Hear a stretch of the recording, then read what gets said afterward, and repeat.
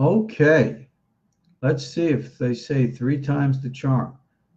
Shalom, everybody. Ariel Bar Tzadok here from the KosherTorah School, found online at KosherTorah.com. This is now the third time that I'm trying to start this evening's class. Twice before, within 1 minute, I got bounced out. God only knows if it's a software problem, a hardware problem, or something of the kind. But anyway, it is what it is. And yeah, so welcome everybody.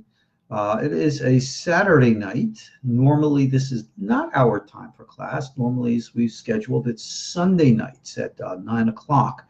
But being that tomorrow I'm not going to be available at what is it, 9 o'clock. I'm going to be, as else, I got to go travel. Got to go out to good old Los Angeles, La La Land, for more filming with Ancient Aliens. You know something? It's good that they're getting into the later seasons now, because they're giving me more of a free rein to talk about more of the controversial topics, which, I'm not allowed by disclosure agreements to discuss what exactly we're going to be talking about. But we got some really, really fun stuff that's on the agenda for this week's filming. And also, they have the other, I was on another series with Bill Shatner. What's it called? The Unexplained. They put me on an episode on that. And now they have, I think, something about Oak Island. I don't know much about it. They believe there's some place, I don't even know where it is, where they believe there's like a hidden Templar treasure here somewhere in North America. And of course, people say, that's kind of weird. What would the Templars know about anything about the New World? Oh, really? You don't think that they knew about what the real world was? You don't think they knew about the temple treasures? You don't think they knew about a lot of things? That's not true. We have a very, very interesting Masorah, oral tradition with relationship to the Templars and their relationship to the Temple Mount, and exactly what they did and did not discover and know about that. I'm sure many of you might have heard of the Sangreal, what do they call it? The Ark, not the Ark. Holy Grail, there you go. The Holy Grail legends. And if you remember way back in the 80s, Piaget, Lee, and Lincoln came out with that book, Holy Blood and the Holy Grail stuff. Well, that kind of stuff has been known. Those ideas have been known about for a long time. You even had weirdo, freako, pedophile cult, guys. I remember from my Long Island days who were, peddling that kind of nonsense. But groups like that do exist, and their ideas and beliefs, are out there. Whether or not there is an actual bloodline of Yeshu that exists to this day, with due respect, who knows and who cares? What difference would it make even if it was? I guess if they reestablish the monarchy in France, we have a new king in Paris, well, then we'll cross that bridge when we come to it. But when I speak to my friends in France right now, and I mention, hey, well, how's it going on monarchy shopping? I think they think I'm an alien. Put me on the Ancient Alien show where I am already. So, okay. Yeah. So enough for politics and conspiracy theories and weird things that go on in the world. Hopefully, again, we're not going to have any problems. Like I was saying to you, this is now the third time that I started this class. So within a minute, each time, my camera crashed. So whatever, who knows? Last time, I was on camera. I got this big fancy camera. I'm going to put it up here. So it's not the camera on my computer. And my picture here, which I see myself, right? I know what I look like. I don't know why I need to see myself, but I do. And it went blank. It bothered me. And I stare into the camera. This is the camera. That's what I'm supposed to be looking anyway. So yeah, that's fine. So that's what's going on. So Ancient Aliens this week, and then of course we have Alien Con coming up in the weekend, right between Rosh Hashanah and the Yom Kippur coming up. So that's going to be crazy. I mean, we're going to be literally neck-breaking, running in and out of Dallas. Only I think we're going to be there like 4 days because we got to get back for Yom Kippur. Then we got to, of course, get back here. We're in our new home. We got to build our brand new sukkah. It's going to be the Rabbanit's first sukkah in the United States. We're going to teach her how to do it American style. Last year we were in Paris and we had a blast. Sukkah was really, really nice in France. But it's very different. I mean, the security issues over there, pretty much, I think they're catching up over here. I mean, over there, when we went to shul, we were met by guards at the gate. I mean, they saw me as a foreigner. They wanted to see my passport, which, on a Yom Tov, I'm not carrying. And the only way I was able to get through the security was to speak to them in Hebrew, convinced that I was more Jewish than they were. Unfortunately, these things happen. And, when we have had terrorist activity here in the United States at synagogues, well, I remember at the old synagogue in Allentown, PA, they had an armed police presence. And in all due respect, I support that 100%. I've always said, and I hold this as a halacha, that in times of what we call pikuach nefesh, whenever there is a question of life, danger of life, even Sabbath laws are overridden. In that respect, in any house of worship, obviously this is only a concern in Judaism because no one else has questions about carrying on the Sabbath. But in any religion, especially ours, I believe every house of worship should have armed parishioners there. God forbid if any, wild and crazy individual comes in, like they have to churches, like they have already the synagogues, and in all due respect, even to mosques.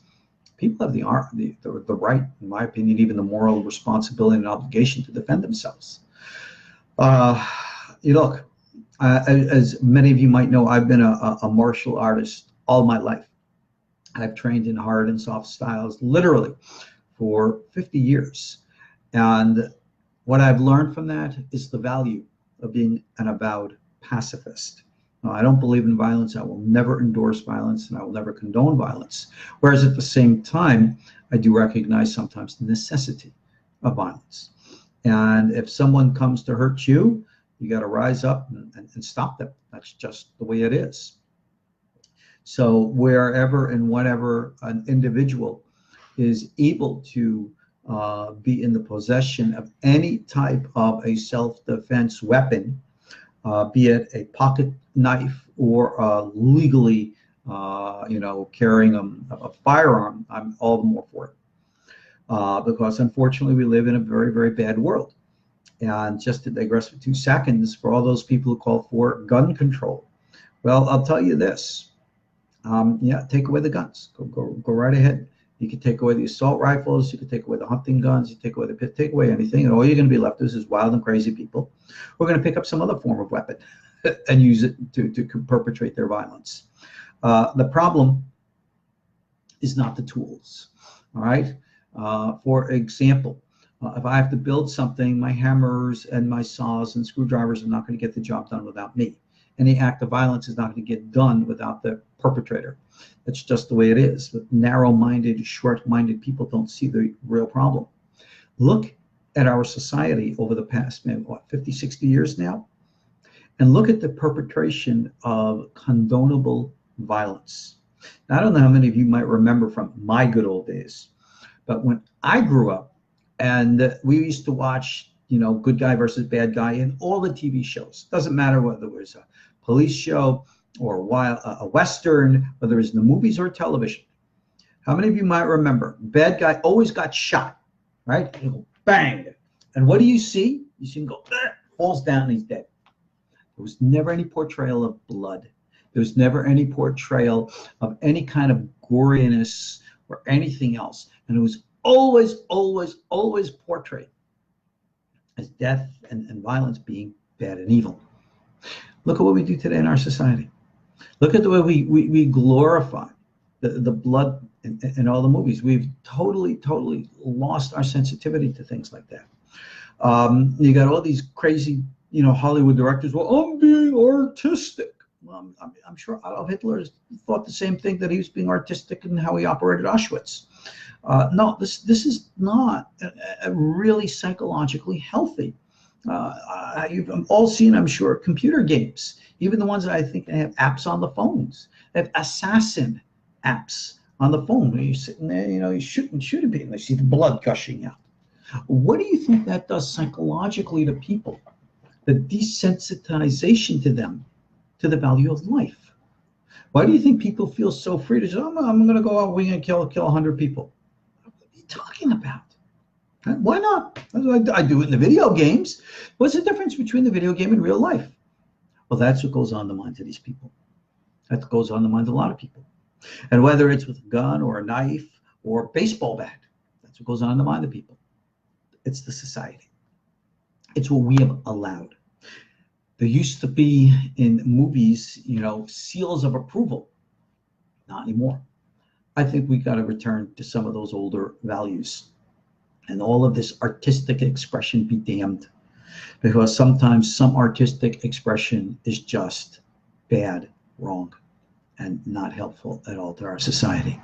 You restore globally a respect and value for human life and reinstitute a universal concept of good and evil. Remember that?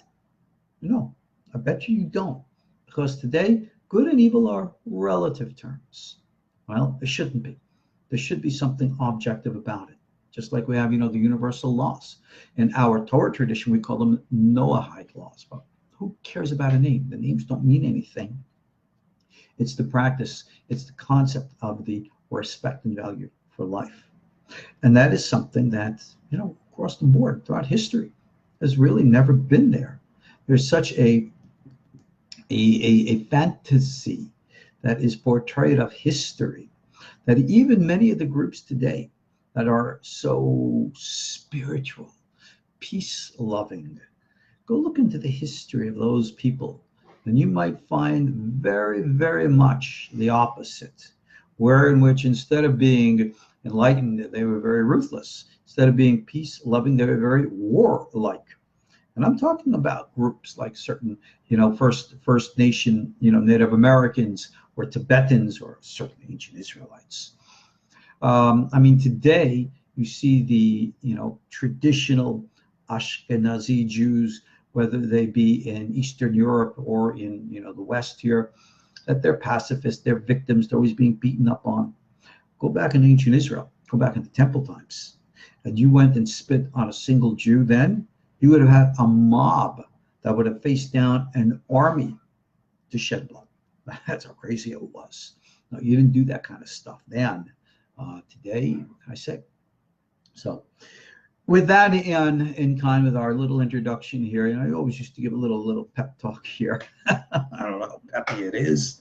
But yeah, these things, in my opinion, are what's of value here. Let me see if I have any comments from you that I know. Manly P. Hall wrote the ancient Greeks knew about the Great Lakes. That's cool. Well, there's a lot of stuff about that.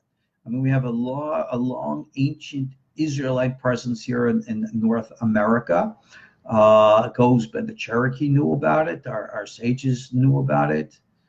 Why are you dyeing your beard? Someone is asking. Because I have a young wife and she likes it that way. That's why. Okay, so yeah, my young wife likes me to look young for her, and in all due respect, I think it's a good thing if and when a husband honors and respects the missus and tries to do what's right and good for her. Question here: why did God create Adam and Eve together and then separate them? Why not create them separately from the beginning?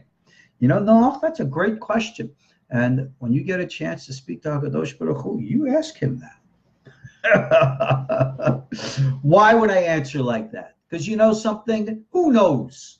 All I can do is give you the answers that many of the different rabbis have postulated over the years. But who knows one thing from another?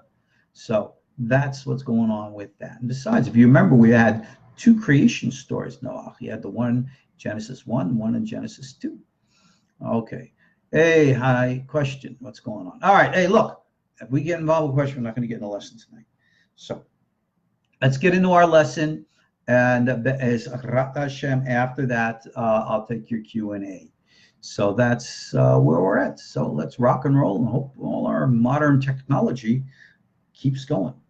All right. We're now in the third lesson of the Tikunei Zohar in Tikun Samech Zayin, which is 67. For those of you who are following it on Sfaria, I think it's sfaria.org.com, I don't remember. You look up Tikunei Zohar 67. I think it's there, page 99b, if I'm not mistaken. But go look it up. Anyway, we're in the middle of a topic of understanding an old concept that the Kabbalists outside the Zohar have always called the du-partsufim, or the dual worlds. You know how it says in Genesis, right? In the beginning, God created the heavens and the earth. Well, the heavens and the earth are actually two different dimensional planes. Now, things get a little dicey here when we talk about dimensional planes, because when we talk about a dimension, all right, as we know from our science fiction, dimension is some other place completely separate from our own. You might have seen old television shows like Sliders or Fringe, where in which they represented parallel dimensions of our world. Apparently, certain schools in modern day physics believe that those things are factual, they're real. Not the TV shows, mind you, but the concept of parallel realities. Well, that's exactly what the Kabbalah has always taught. But now here's the issue. When we want to talk about this other universe of ours, we call it, in quote, heaven. Okay, cool and groovy. Where exactly is it? What exactly is it? Now, that's a good question. We all know, we discussed this in our last class, when a soul leaves the physical body, dies and goes to the afterworld, right? We'll leave reincarnation out of it for this time, because that just means that it recycles. Actually, that's the Hebrew word gilgul. That means cycle. Our souls are recycled. You know, like you have the garbage outside, you have the blue garbage bins. That's where our souls go, to the recycling bin, and they come back. What can I say? But anyway, getting back to our stuff. Okay, certain souls can evolve and they go off world and they go back into, in quote, heaven. But where is it? What is it? Now, here's where, again, things get a little dicey. Why? Because not only do we speak of heaven as being another parallel world, remember, we got others who come in from, in quote, heaven, like angels, who, remember, are messengers. Where are they coming from? Oh, they come from heaven. Where is heaven? What is heaven? Now, when you go into ancient literature and you look at things like the Merkava vision of Ezekiel, Isaiah's vision of the seraphim, who are not seraphim, burning ones, but seraph, reptilians, but aside from that, okay, we talk about all these other malachim that come, they go up and down, ladders like Jacob sees. Where are they coming from? Another dimension or another world? Now, we know Genesis 6, and we speak of the angels. They came down, they took the daughters of men. Apparently, our human women, ladies, you gals are so hot that you have an intergalactic interest in you. All right. Not only are the guys here on Earth trying to hit on you, the aliens, the extraterrestrials, the angels from heaven, they're coming down for you as well. What can I say? You're in high demand. Where are they coming from? If you want to say they are completely spiritual, well, then how are they having kids? All right. You know, something you can close your eyes and create a tulpa, you know, an imaginary, you know, kind of like Harvey from the famous movie. You're not going to have a DNA there. It's not going to work in physical things. So physical stuff came down. Rabbi Soloveitchik, that's Rabbi Aaron Soloveitchik, who's the head of Brisk Yeshiva in Chicago and took over YU after Rav Yosef died. He was quoted in a newspaper way back when I wrote my first material on UFOs and aliens, that from a 9th century book from Rabbi Yehuda, and I did confirm this with his son Rabbi Moshe, that the sons of God were humanoid aliens who came down to Earth. Okay, they're physical. So not all angels are non-corporeal. So are they coming from a different dimension or someplace out there in our dimension? So the whole concept of this Du Partsufim and the whole world of heaven becomes a very complex understanding, because we're not just very simple talking about here and there. There's here, and there's a whole kind of places here. And then there's there, a whole bunch of places over there as well. And they all merge and mix and stuff like that. In our Torah traditions, as well as many other traditions from around the world, we all speak of the hollow earth. Now, somebody says, oh, hollow earth is just a stupid, ridiculous pseudoscience nonsense, because we know what the inside of the world, it's a hot iron core. Well, with all due respect, I guess that's what science says. So they postulate, they believe, it's theory. No one's ever proven it. No one has ever, like Nikola Tesla wanted to, slice open the earth, peel it open, and see what's inside. But that doesn't mean, even if there is a hot molten core to the planet, that there is no hollow earth. Maybe it's a parallel earth, an interdimensional earth. Personally, I don't know. I mean, I know what I've seen in my own vision quests and my own dreams and those of others as well. But it's, all due respect, it's not like I've actually gone to the North Pole and gone through the polar cap like it's claimed Admiral Byrd and the like have done. Is there really something up there? Oh, everybody's going to argue back and forth on these things. There's no proof, and even if there was, there won't be. Just like, did they really ever find Noah's Ark on Mount Ararat? You go back into those old television programs from the 70s, not dating ourselves here, where they actually did flyovers when they were still allowed. They showed some big old boat up there. And I remember seeing those when I was a kid. Not anymore. Number one, you can't do the flyovers anymore. Number two, I'll bet you all those old videos are gone. Did they really find Noah's Ark? Hush it up. I will tell you one thing that I know with absolute certainty.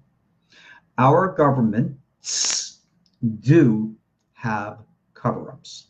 They know a lot of things. They know that they do not make public, and they got darn good reason for keeping things hush, hush, that they do. And they don't go around threatening to kill people, but they do make people sign confidentiality agreements and warn them, you got it, and they convince you that there's a legitimate reason for it. And when you see some of those reasons, you go, yeah, this better be kept shut. Yeah, they do.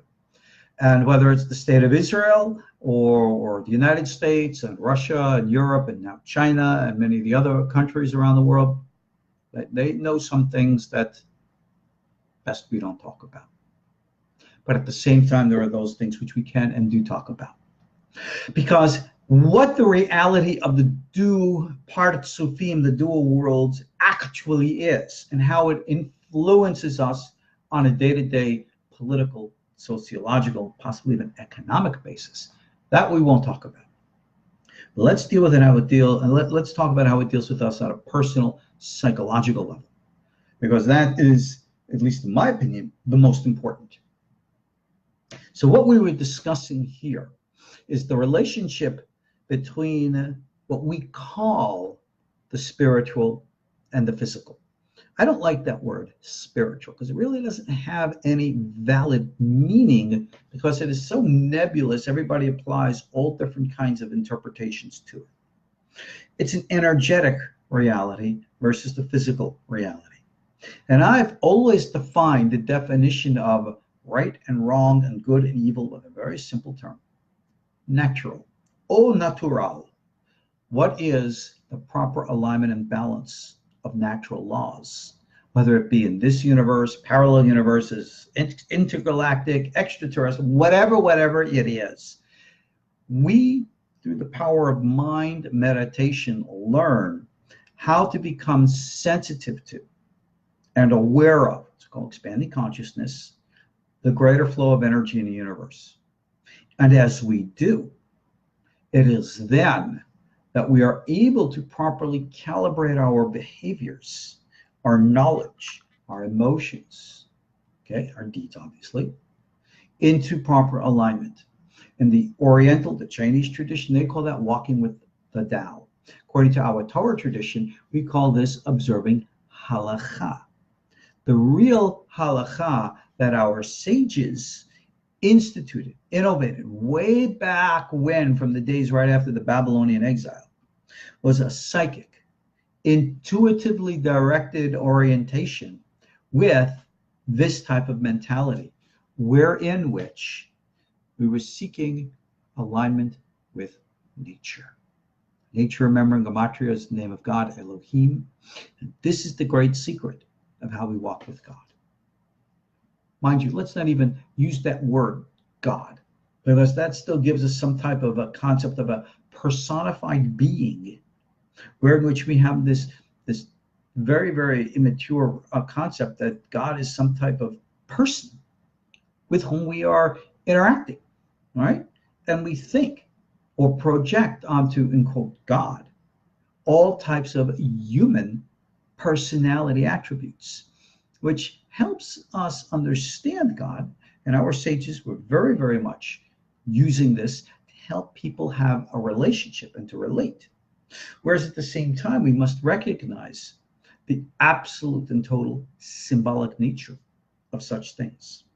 Our relationship with the universe, the spiritual, whatever, the other of the Dupart Sufim worlds, is this alignment of energy. And we are taught that this relationship between the higher and the lower, we call it the relationship of like the body and the soul. And we even refer to it by the biblical terms of Adam and Eve.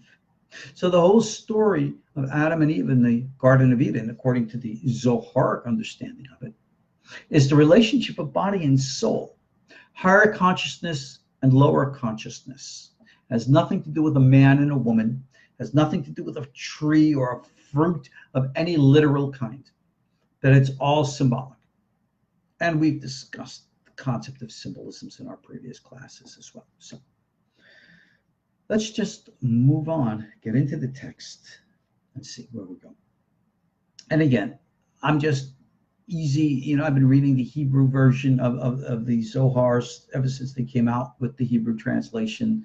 So you'll forgive me that I don't put on the airs and read the Aramaic. I just do what I do. You don't know here at KosherTorah school, a little old me, I just, what you see is what you get. So there you go. All right.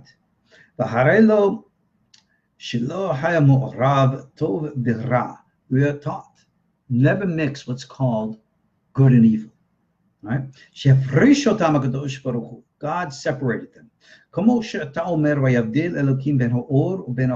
Just like we say, God separated the light from the darkness. Secret is again of the separation between the Holy of Holies, etc., in the tent. Okay, let's just take a quick discussion of what good and evil is. Good, proper flow of energy. Bad, improper flow of energy. Don't go looking into a book to define for you energy flow. It's something that has to come from within, a knowledge that rises within. That's walking with universal Torah. Or the Orient, again, they'll say walking with the Tao. It's all the same thing, really. It requires mindfulness. This is why we say, Da Elohe Avicha, know the God of your Father. Know Hashem. Yadata Hayom, Yashivota El Lavavecha. Know this day and place it upon your heart. All this contemplative talk that you find in the Torah, it's to cultivate within us this inner sensitivity and awareness of what we're talking about here. Essentially, the original Torah path was never a philosophical academic path. It was always rather, here's the correct word, shamanistic and aboriginal. It was very, very much rooted in the land, in nature. That's why what Hashem said, brought the people to the Holy Land, to bond with the land. Everything revolves around the land, an agricultural society, being involved with nature. That's why I'd always look to the moon for the movement of time and all the rest of this stuff. It was nature-oriented. It was earth-oriented. The prophetic traditions were almost, like I said, shamanistic. We do not have a record of there ever being involved any kind of an herbal introduction into the prophetic tradition, like some they would use like ayahuasca. Other people take drugs like marijuana or hashish, and they say, "Oh, I go into all kinds of trances." Not good, not good, not kosher. My rabbis, our tradition, always shunned that, and many times would reject Talmidim students who would use those types of drugs to try to solicit some type of spiritual experience, because the spiritual experience experienced through those is always veiled and unclear. And that's what we call klipa. And that makes it imbalanced, and that makes it evil, just like what we're talking about here. So the great Havdalah is between what we say light and darkness. Have you ever been in a room where everything's like completely pitch black? Try it sometime. I don't mean with the light coming in through the shades. I mean complete pitch black. Try maneuvering. Try not hitting your leg up against the bedpost or the dresser or something. No light whatsoever, like if you were completely blind. Try it sometime. Now, people who are physically blind, as you know, they cultivate other senses, whether it be hearing, feeling, impressions. Some of them, like, the fictional character, the Daredevil, they do tremendous things. There's something almost like blind sight. Wow, very cool. Those who are trained in certain elements and areas of the martial arts, very well aware of these things, and they cultivate these types of awarenesses. It's also part of our prophetic tradition, certainly part of the martial arts traditions. Even in darkness, you have to cultivate light. Great lesson for all of us. But the separation is never try to take that which is imbalanced, improper, dark, and accept it, validate it, or elevate it to be light. That is why, in quote, the holy was always separated and put off from everybody else. As you know from Torah tradition, whenever you had the kavod of God, the kavod was an actual, tangible energy presence.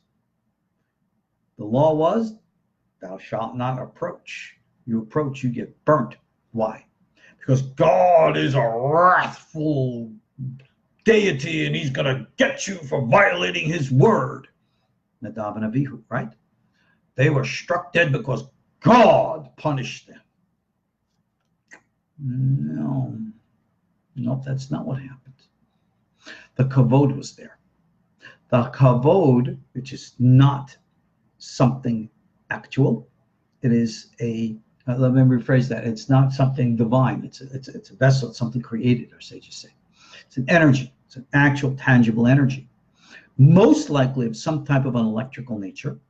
And when Nadav and Abihu approached it in an imbalanced, improper way, like it said, brought strange fire, what happens? Nature took its course and zap, they got burnt. Curiously, you go read the commentaries and they say fire went up their nostrils, burned them from within and not without. It sounds like they were electrocuted. That's what makes us suggest that possibly this kavod was somehow electrical in nature. So, okay. Understand that certain things are not meant to be approached physically, and I'll even expand on that to say psychologically or spiritually, until one is properly prepared. Let me digress for a quick second to give you a lesson about Merkava ascent. As you know, we teach you the Masi Merkava school. There's nothing secret about it for those people who are properly prepared, ready and able and willing to learn. You will have your active imagination, your vision quest, and you will ascend to the 7 doors, the 7 palaces, which are guarded by whatever guardians that are there. And in the literature, it is taught while you recite this and that name as passageway to allow you to pass, and you go through. And you expect this to work somehow by magic. And people say, oh, if I only knew the names, I could go. You know, the names are printed in books. Anybody wants to learn the names, I have courses on them, taking names. Say all the names that you want until you're blue in the face, nothing happens. Because they themselves are symbolisms. When you ascend, to a certain hechal, a palace, and you will experience the in-quote guardian at the gate. I'll share with you the secret of how you get beyond. You don't go to the guardian at the gate and says, I command you in the name of Hashem, let me go. The guardian at the gate, throw you right out. Okay? You don't start saying the names, Anabakoach, or all the other names. Out you go. You have to be properly balanced, psychologically, emotionally, physically. And then when you're in proper calibration and you're in that natural state of ascent, you approach with koach, and then you approach the guardian of the gate and you say, very simple, move over. And seeing your energy field and power, if you are properly calibrated, that guardian opens the gates and allows you access, and you continue your path through the 7 doors. That's the way it works. That's the real way of Maaseh Merkava. But most people, they're not willing to do the real effort of this great Havdalah, to make the separation between the sacred and the profane. They still carry all kinds of crazy ideas in their heads. They still have imbalanced emotions in their hearts, and that leads to their actions being all messed up in life. Now, no one has to be, by any definition or fantasy, perfect. There's no such thing, right? We all have ups and downs in life. We all have struggles, right? Every single human being, every now and then, is going to do this or do that, but there's a big difference between, in quote, doing this or that and really messing things up in a permanent way. I don't have to get into details of all this kind of stuff. You all know pretty much what we're talking about. Being a normal, healthy, physically, emotional, mental human being, that is the secret of proper energy calibration and the Havdalah of which we speak here. All right. So he says here, just like the Hashem created in the body the diaphragm, which separates between the above and below, so we have a big, spiritual diaphragm, if you will, which separates the worlds. Now, again, remember, we're using this just as a metaphor, so let's keep the use of the metaphor within the context of its application and not extend and expand on it like many people do and mess up metaphors, right? The whole thing revolves around making a separation between all the levels. It says, between the level of the tree of knowledge of good and evil, which we are told don't mix up with it, right? And we're told from the tree of knowledge, good and evil, don't eat from it, right? Why? What's wrong with eating from the tree of knowledge, good and evil? Answer, we weren't in a proper way able to do so. Remember from the good old Bible story, God said, don't eat of the tree of knowledge, good and evil. Did God say, don't eat from the tree of life? Nope, never said that. So symbolically speaking, of course, using symbols, if you ate of the tree of life first, what would have happened if you ate of the tree of knowledge, good and evil? You wouldn't have died because you would be alive. So they messed up the order. That's the big secret. And the Ariel and the Kabbalah goes into great details and all this really cool stuff. And I have a whole bunch of classes on that in our Kitvei Ari course, which is available online. But the important thing to understand from this is real simple. Normal, healthy, balanced separation. So many people want to come to in-depth Kabbalah. They want to ooze in the ahs of study. They want to be, let's be blunt, entertained. They want to experience the awe and the amazement of wonderful things without recognizing that real Kabbalah is more like getting down into the nitty-gritty and being more practical than it is being high in the sky there. This is the Havdalah, the separation between fantasy and reality, between the imbalanced and the balanced. So you see, once one is properly aligned energetically, then one can literally partake of anything and make it good. Whereas if you look at people today, they can turn anything. There are those people who are just negative by nature, and they can turn anything positive into a negative, no matter what you say, no matter what you do, right? again, if we want to talk about the realistic understanding of life, don't separate it from true Kabbalistic understanding. Because this is how we have to understand life itself. Okay. Bentime. In the meantime, now we're going to digress to have a little episode here. Some old guy called Asaba comes by, and now they're going to have a little story here. Amarlo, and he says to him, Rabbi, Hare, ani ro'eh pasuk she'omer b'Torah adam ki yamut ba'ohel. All right, Rabbi, hey, you know something? Isn't there a verse in the Torah that says, hey, you know, a man who dies in the tent? Okay? The Torah speaks of death of human beings. That's curious. Why? Harei HaTorah lifnei shenivra olam hayta. Didn't the Torah exist before the creation of the universe?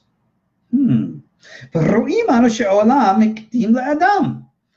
the world obviously existed before human beings. All the world and everything in it was created before human beings were. So in Kach, if the Torah is before everything, and everything came and only man came later, how is it that before the creation of the universe, they could be speaking about a man who wasn't even yet created? A man who dies? How could there even be the possibility of that even existing in the Torah before there was even the possibility or the thought of that which we call death? How can the Torah, this is a big question now, okay? I'll digress to expand on it before we answer. The word that came to mind, and I'm going to use it, and if I offend some of you, too bad. The Catechism, I know it's a Christian word, but the Catechism of Judaism, if I could use that term, makes a pedantic statement. All the Torah from beginning to end was given to Moses at Mount Sinai. Think about that. I have, and it's absolutely true. It's the foundation of our Torah, blah, blah, blah. Think about what you just said, or what you believe. All 5 books of Moses were given at Mount Sinai to Moses when he went up. Yeah, he went up after, you know, stuff. Okay, cool. So Moses comes down from Mount Sinai, where he received the Torah. Was it the first Torah or the second Torah, you know, second scroll, second tablets, first tablet, whatever. Okay? But he comes down with the full Torah. And in it is not only the stories of Genesis, but all the rest of Exodus, Leviticus, Numbers, and Deuteronomy. Everything's there. So the words that Moses is going to recite 40 years in the future, already written down. The stories of the golden calf, already written down before they ever happened. The stories of the spies, already written down before it ever happened. The story with Korach and the rebellion, already written down before it happened. Really? So that means all of life, all of history is just a script being acted out, and the people at the golden calf, or the people with the spies, or the people with Korach, no one had any free will. It was just acting out the computer program. Really? That's what you think Torah is? What happened to free will, human growth, evolution, choice? Let me tell you, if the children of Israel did not choose to build the golden calf, that entire episode would not be in the Torah. And if other things happened differently, then you would have had a different writing and rendition of the Torah. If we believe in the parallel dimensions like we've been talking about, where in which things were slightly different in each one, let's go slide into our different fringe universe. And we might read in their Torah some things very different from our Torah, because things that happened here did not happen there. It happened a third way, and a fourth way, and a fifth way, different in each and every universe.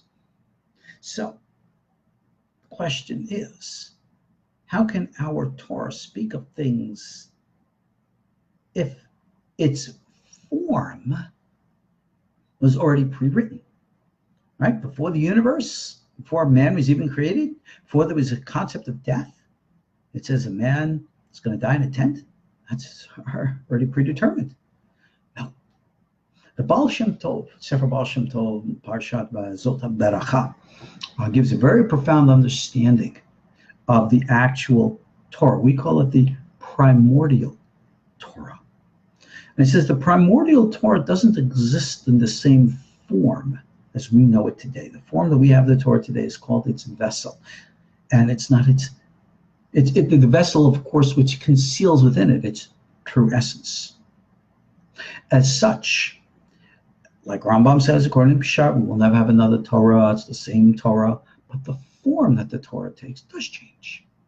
The Baal Shem Tov says, as something occurred here on earth, the primordial soup of letters, if you will, congealed to form the story as it would then be written in the text.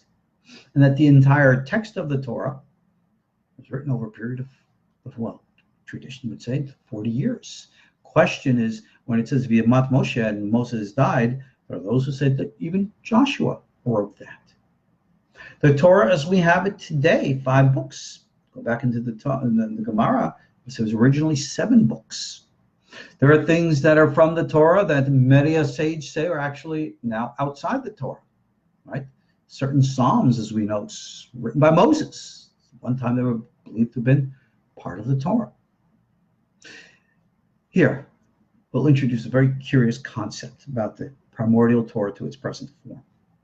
Many of the secular scholars today want to say the present form of the Torah that we have today was edited by Ezra HaKohen after the Babylonian exile.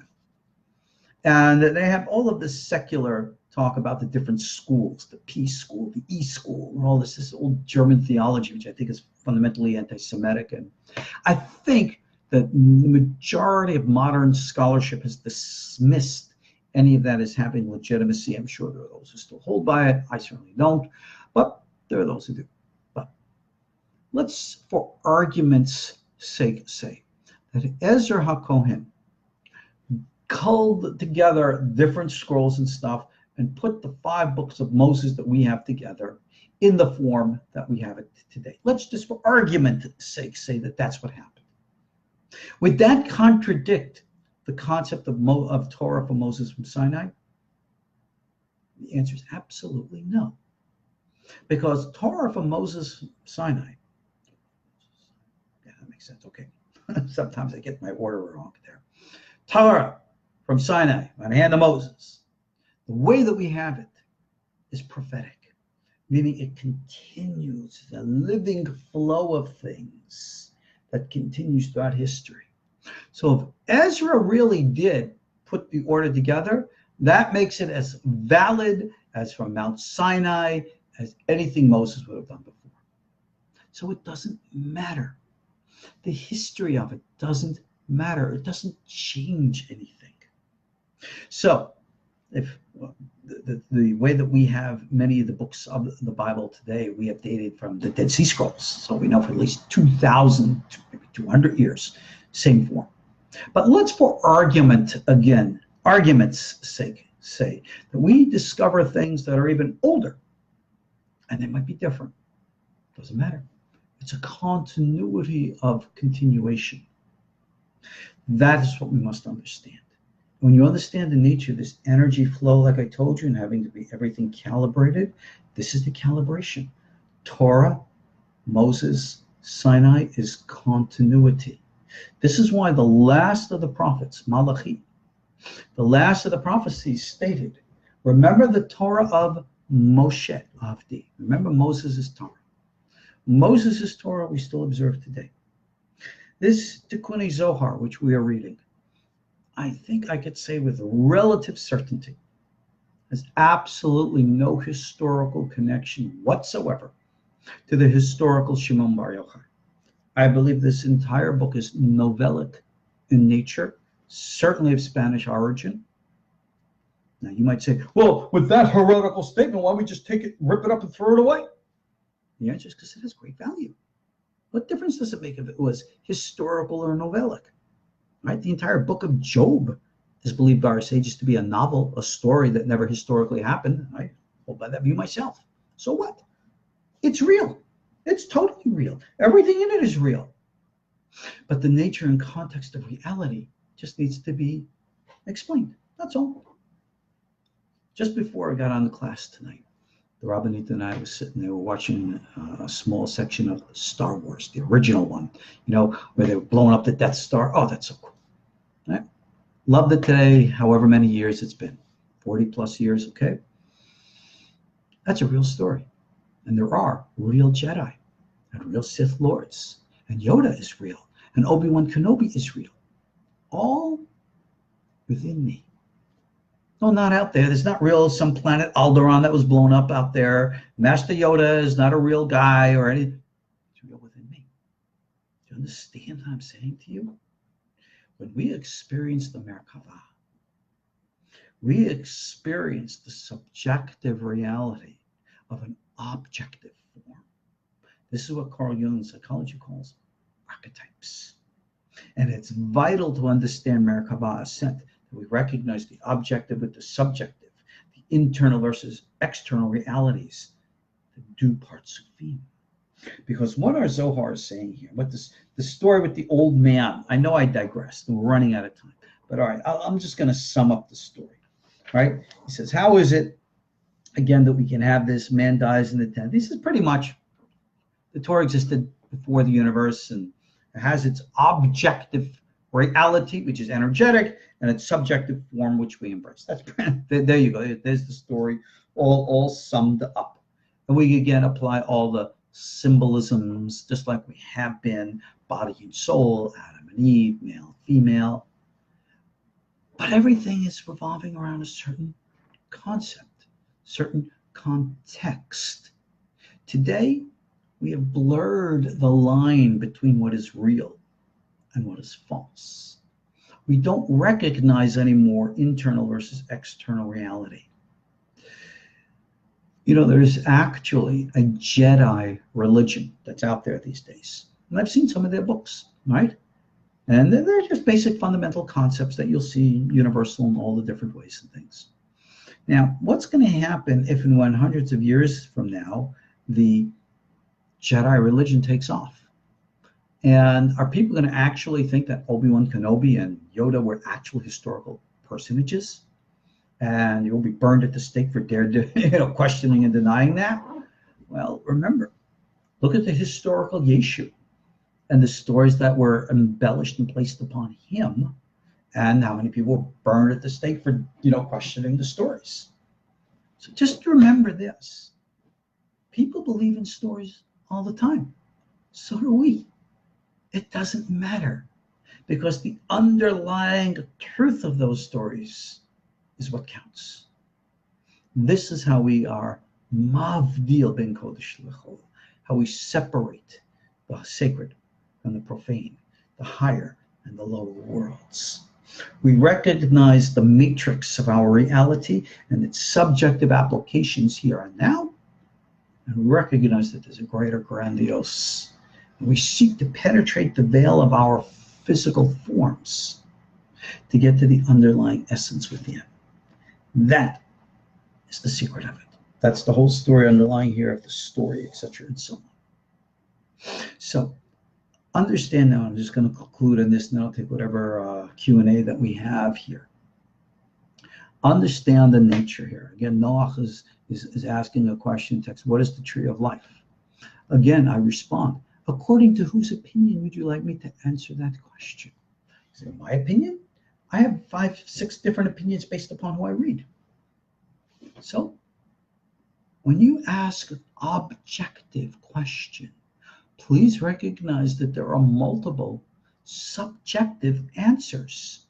And as for the actual objective reality, well, I guess that when we ever end up in that place called Gan Eden, wherever or whatever it is it really a physical location in Earth?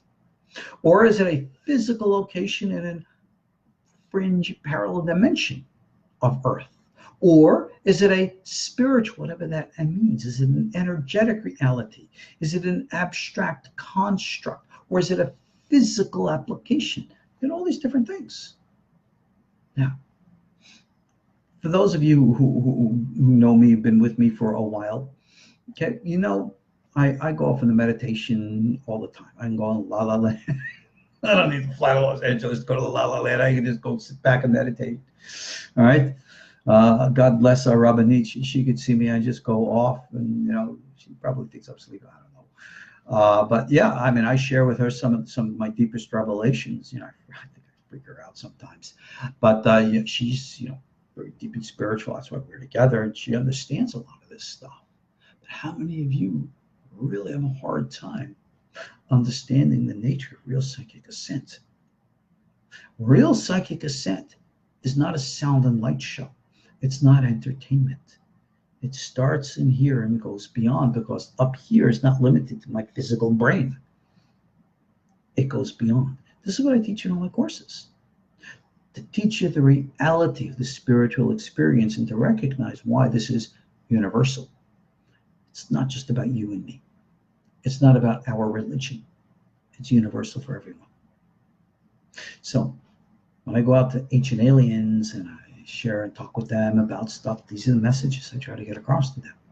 Needless to say, they cut down our 3-hour interviews to less than 3 minutes of airtime. What else? What can I say? Giorgio and David and all the rest are more popular than little me. I'm the other guy, you know, just on the sidelines. Okay, whatever. But that's why I have aliens, angels, and demons out there to, you know, document the material. That's why I teach our courses. So what we're teaching here in the Zohar, I've expanded a lot about in the course that I'm offering for right now at a discounted price on Etz Chaim, where we go into the whole nature of the organized energetic universe.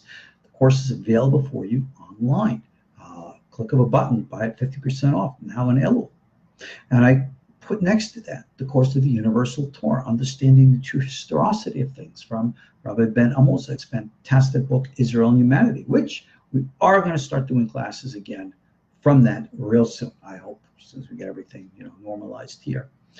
And of course, I have all my stuff on Tishrei and stuff like that. So look, I'm going to cut it short on here. We'll pick up on this story. I'll be back, God be willing, by Wednesday. And we'll pick up our little story there and get into more fun stuff of our understandings of symbolic metaphors and how they apply to us, and try to strip it down to make it the most realistic and practical understanding of normal life that it's supposed to be. Okay, so on that note, where are we with questions? If you have questions, please, if you've typed it in, remember, I got to like scroll up and down here. I can't go scrolling up and down looking for your questions. If you want a question answered now, please write it into text here. And whatever I see written in text, if I see any, I will endeavor to answer them. All right, so someone has a question here. To learn proper meditation, invoking the divine name. Trouble visualizing. Instead, I feel almost weighed down with fear. Okay, let's talk about that. Now, how does anyone meditate? Answer, whatever way works for you. Some people, it's easy to visualize. Our traditions always spoke about visualization. Abulafia, he was radical. He said you should visualize a man in front of you. Could be a woman for that matter. It's no big deal. And you actually have a dialogue. In psychology today, we call this active imagination. Good gosh. Abraham Abulafia was quoting, if you will, Carl Jung 800 years before Carl Jung. So who came first? So this is an old technique. Visualization of the name, old traditional way. Some people, they don't get to see things. They're not visually oriented people. Then you use other techniques. The Shaolin tradition, even the Wudan tradition, they were mostly, even many of the Buddhist and Hindu traditions, the yogi traditions, are mostly mantra-based, sound-based. Sound has a very, very important power to it. I'll give an example. One of my dear students sent me an email this week. And he sent me a video clip, and he says, "What do you think of this guy's meditation?" And there was some guy, and he was meditating on, the traditional chant from the East, Om. And I heard it, and right away in 5 seconds, I said, no, this guy doesn't know what he's doing. How? I'm going to give you a demonstration. You'll understand. We're going over an hour, so what? All right. This guy was doing like this. Now, pay attention to how I'm doing this and see if you cannot for yourselves see, hear, or feel the difference. So I'm going to do Om in 2 different ways. Okay? See if you can figure it out. And if you do, write in text. Om.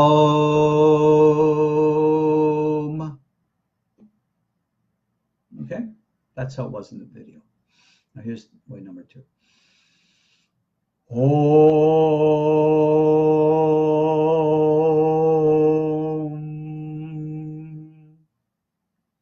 What do you think?